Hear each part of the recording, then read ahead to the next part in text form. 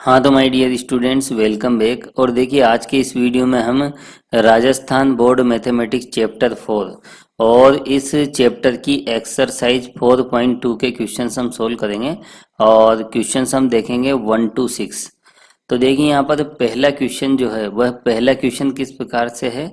हमें इस सारणिक का मान शून्य दिया गया है और हमें क्या ज्ञात करना है, हमें एल अनुपात एम ज्ञात करना है। तो देखिए यहाँ पर क्या दिया गया है,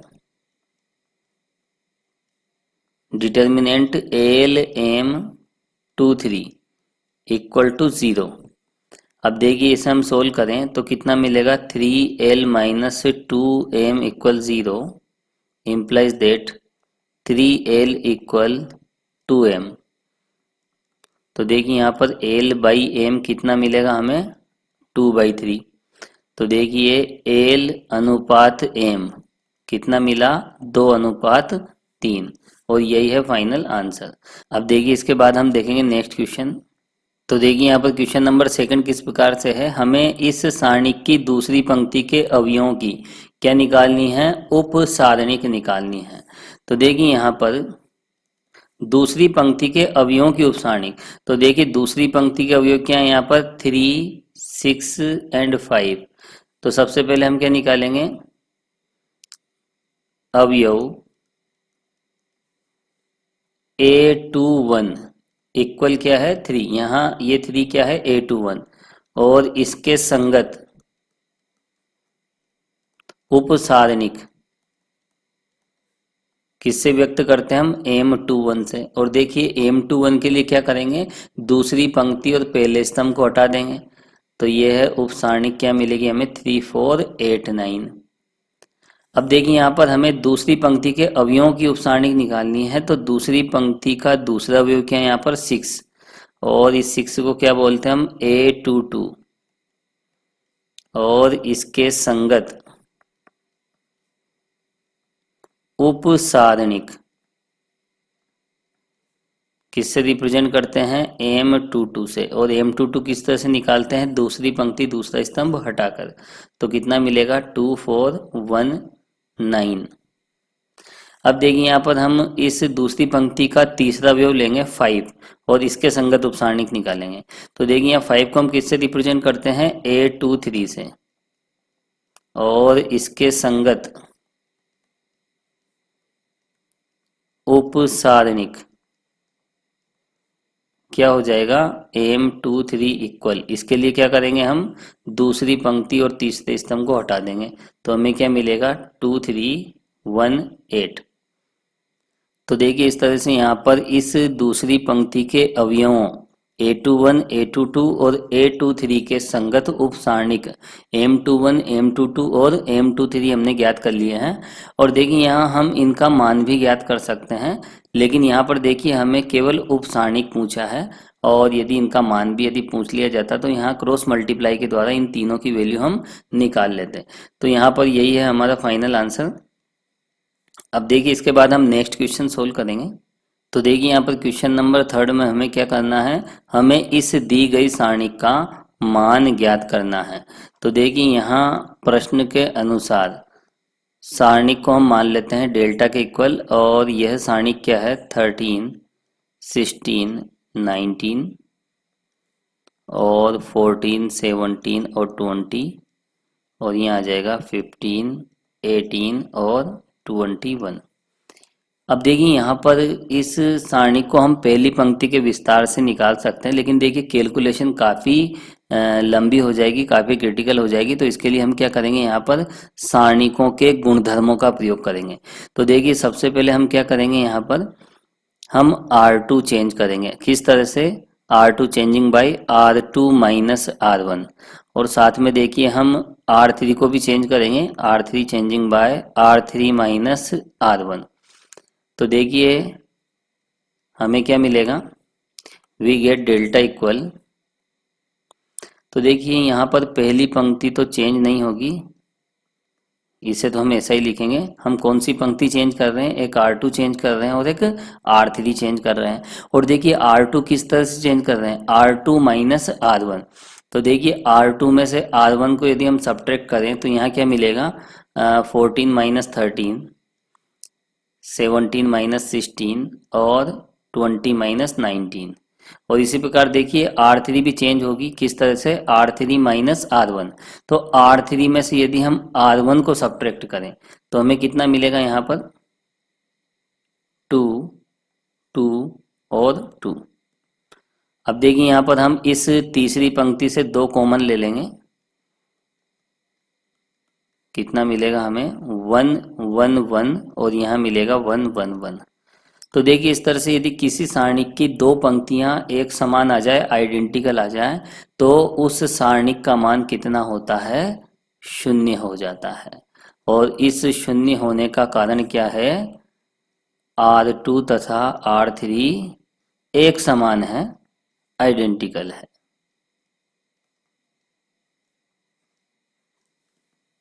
तो देखिए इस तरह से हमने सारणिक का मान 0 प्रूव कर दिया है।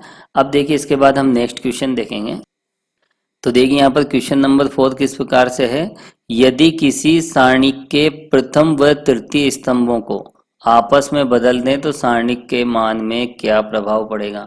तो देखिए सारणिकों का एक गुणधर्म है, यदि किसी सारणिक के किन्हीं भी 2 स्तंभों को परस्पर बदल दिया जाए तो सारणिक का मान तो वही रहता है लेकिन उसका चिन्ह बदल जाता है।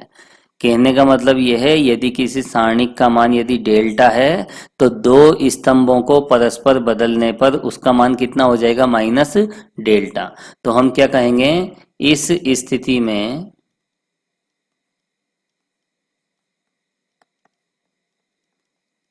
सारणिक के मान का चिन्ह बदल जाता है।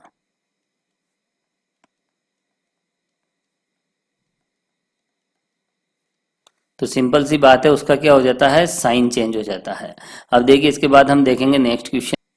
तो देखिए यहाँ पर क्वेश्चन नंबर 5 में हमें क्या करना है, हमें इस सारणिक का मान इसके इक्वल लाके दिखाना है। तो देखिए सबसे पहले हम क्या करते हैं, यहाँ पर इस दी गई सारणिक को डेल्टा मान लेते हैं। दी गई सारणिक delta equal 1 Y Z Y plus Z, 1 Z X Z plus X, और यहाँ देखिए 1 X Y X plus Y. अब देखिए इस डेल्टा का मान हमें किसके इक्वल लाके दिखाना है, x minus Y, Y minus Z और z माइनस एक्स। तो देखिए यहाँ पर इस सारणिक का यदि हम किसी भी पंक्ति के सापेक्ष विस्तार करें तो बहुत सारी टर्म हमें मिलेगी और उसके हम फैक्टर करें और ये राइट साइड लाएं तो देखिए इसमें काफ़ी ज़्यादा समय वेस्ट हो जाता है। तो हम यहाँ क्या करेंगे, हम यहाँ पर सारणिकों के गुणधर्मों का प्रयोग करेंगे।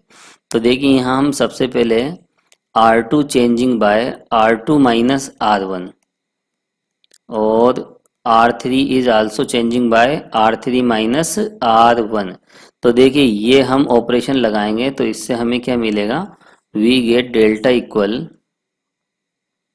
देखिए पहली पंक्ति तो वैसी ही रहेगी, 1 Y Z Y plus z. अब देखिए दूसरी पंक्ति को हम किस तरह से यहाँ पर चेंज कर रहे हैं, R2 माइनस R1। तो देखिए दूसरी पंक्ति को यदि पहली पंक्ति से घटाएं तो देखिए 1 में से 1 को सब्ट्रैक्ट करें 0, यहाँ जेड एक्स में से y माइनस जेड जाएगा तो फिर देखिए z कॉमन ले लें तो कितना मिलेगा, x माइनस वाई। और देखिए यहाँ पर z प्लस एक्स से यह है y प्लस जेड सब्ट्रैक्ट होगा तो z से z कैंसिल, यहाँ कितना मिलेगा, x माइनस वाई। और देखिए R3 किस तरह से चेंज हो रही है, यहाँ पर R3 माइनस R1। इस तीसरी पंक्ति में से यदि पहली पंक्ति को हम यहाँ पर घटाएं तो 1 माइनस 1 0, और यहाँ पर देखिए y कॉमन और x माइनस जेड यहाँ बचेगा। और यहाँ भी देखिए आप x प्लस वाई से यदि हम y प्लस जेड को सब्ट्रैक्ट करें तो y से y cancel, x minus Z. अब देखिए यहाँ पर इस दूसरी पंक्ति से क्या कॉमन आ रहा है, x माइनस वाई, और तीसरी पंक्ति से क्या है, x माइनस जेड। तो देखिए R2 से x माइनस वाई तथा R3 से, R3 में कॉमन क्या है, x माइनस जेड, कॉमन लेने पर तो देखिए यदि हम कॉमन लें तो हमें डेल्टा का मान क्या मिलेगा, डेल्टा इक्वल, यहाँ पर देखिए दूसरी पंक्ति से तो x माइनस वाई कॉमन आ रहा है और तीसरी पंक्ति से क्या कॉमन आ रहा है, x माइनस जेड। तो देखिए हमें क्या मिलेगा, 1 Y Z Y plus z. ये पहली पंक्ति ऐसी ही रहेगी। और दूसरी पंक्ति से क्या कॉमन निकल गया है, x माइनस वाई। तो हमें क्या मिलेगा, 0 जेड एंड 1। और देखिए तीसरी पंक्ति से यहाँ पर x माइनस जेड कॉमन निकाला है, तो हमें क्या मिलेगा, 0 वाई और 1। अब देखिए यहाँ पर हम इजीली क्या करेंगे, हम पहले स्तंभ के सापेक्ष विस्तार कर देंगे। तो देखिए पहले स्तंभ के सापेक्ष विस्तार करेंगे तो हमें क्या मिलेगा, 1 के साथ जेड माइनस वाई, और बाकी सारी टर्म क्या हो जाएगी, 0। और यहाँ हम फाइनल सोल्व करेंगे इसे, जेड माइनस वाई। अब देखिए यहाँ सिद्ध क्या करना था हमें, x minus Y, Y minus z, z minus x.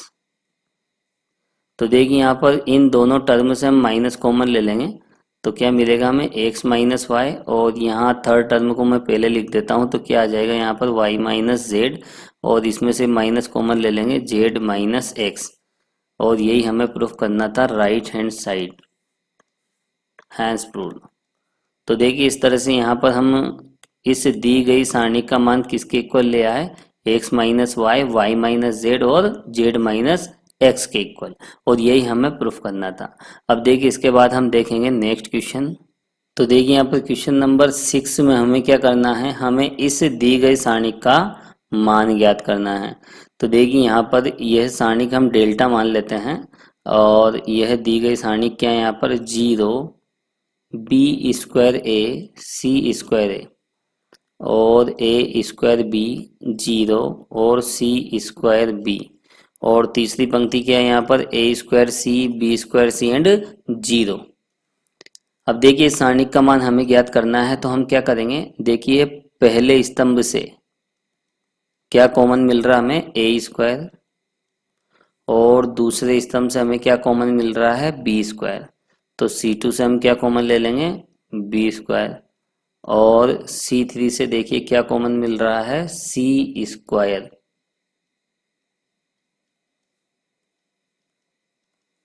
Common लेने पर इस डेल्टा का मान हमें क्या मिलेगा, C1 से ए स्क्वायर, C2 से बी स्क्वायर और C3 से सी स्क्वायर हमने कॉमन लिया।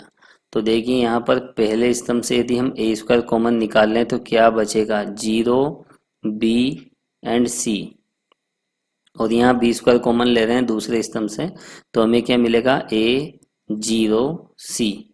और देखिए तीसरे स्तंभ से सी स्क्वायर कॉमन। अब देखिए इसे हम सोल्व करेंगे, ए square b square c square. अब देखिए यहाँ पर हम सिंपली हम क्या कर रहे हैं, पहली पंक्ति के सापेक्ष हम विस्तार कर देते हैं, R1 के सापेक्ष क्या कर रहे हैं हम, विस्तार। तो देखिए अब गुणधर्मों की आवश्यकता नहीं है, यहाँ R1 के सापेक्ष विस्तार से आसानी से इसका मान मिलेगा। तो देखिए पहली पंक्ति का पहला अवयव तो 0, दूसरा क्या है यहाँ पर a, तो उसका साइन चेंज कर देंगे। और यहाँ पर क्या मिलेगा हमें, 0 माइनस बी सी प्लस ए और बी सी माइनस 0। तो देखिए R1 के सापेक्ष विस्तार किया, और यहाँ इसे हम सोल्व करें तो क्या मिलेगा हमें, a b c plus a b c. तो देखिए a square b square c square, और यहाँ कितना हो जाएगा, 2abc। और फाइनल रिजल्ट कितना मिला, ए cube B cube C cube. और यही दी गई सारणी के मान का फाइनल रिजल्ट है। तो देखिए आज के इस वीडियो में हमने एक्सरसाइज 4.2 के क्वेश्चन नंबर 1 से लेकर 6 तक के सभी क्वेश्चंस हमने सोल्व किए हैं, और नेक्स्ट वीडियो में हम इसी एक्सरसाइज के आगे के क्वेश्चन सोल्व करेंगे। तो इस वीडियो में फिलहाल इतना ही, नेक्स्ट वीडियो में हम फिर मिलते हैं। Thank you so much.